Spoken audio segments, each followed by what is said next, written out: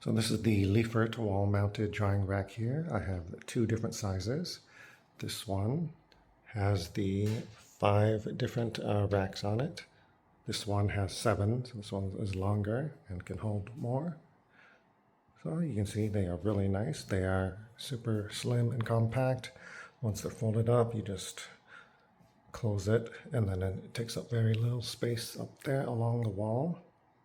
They look really nice and sleek as well. They also have a bar down here as well, so you can hang stuff there. So you can see, all you do, open it up, and then you have your different racks there, so you can hang stuff up here to dry. And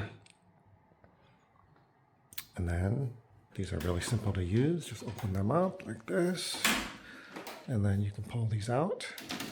It's best if you use 2 hands, but just pull them out like that. And then you'll have your drying rack to hang everything. So this one is nice and large. It's got the 8 different bars down here for you to hang plenty of stuff. Holds a lot of weight as well. These won't rust either. So you have to get a little wet, damp, no problem. And then after that, once you're done with them, you can close it back up.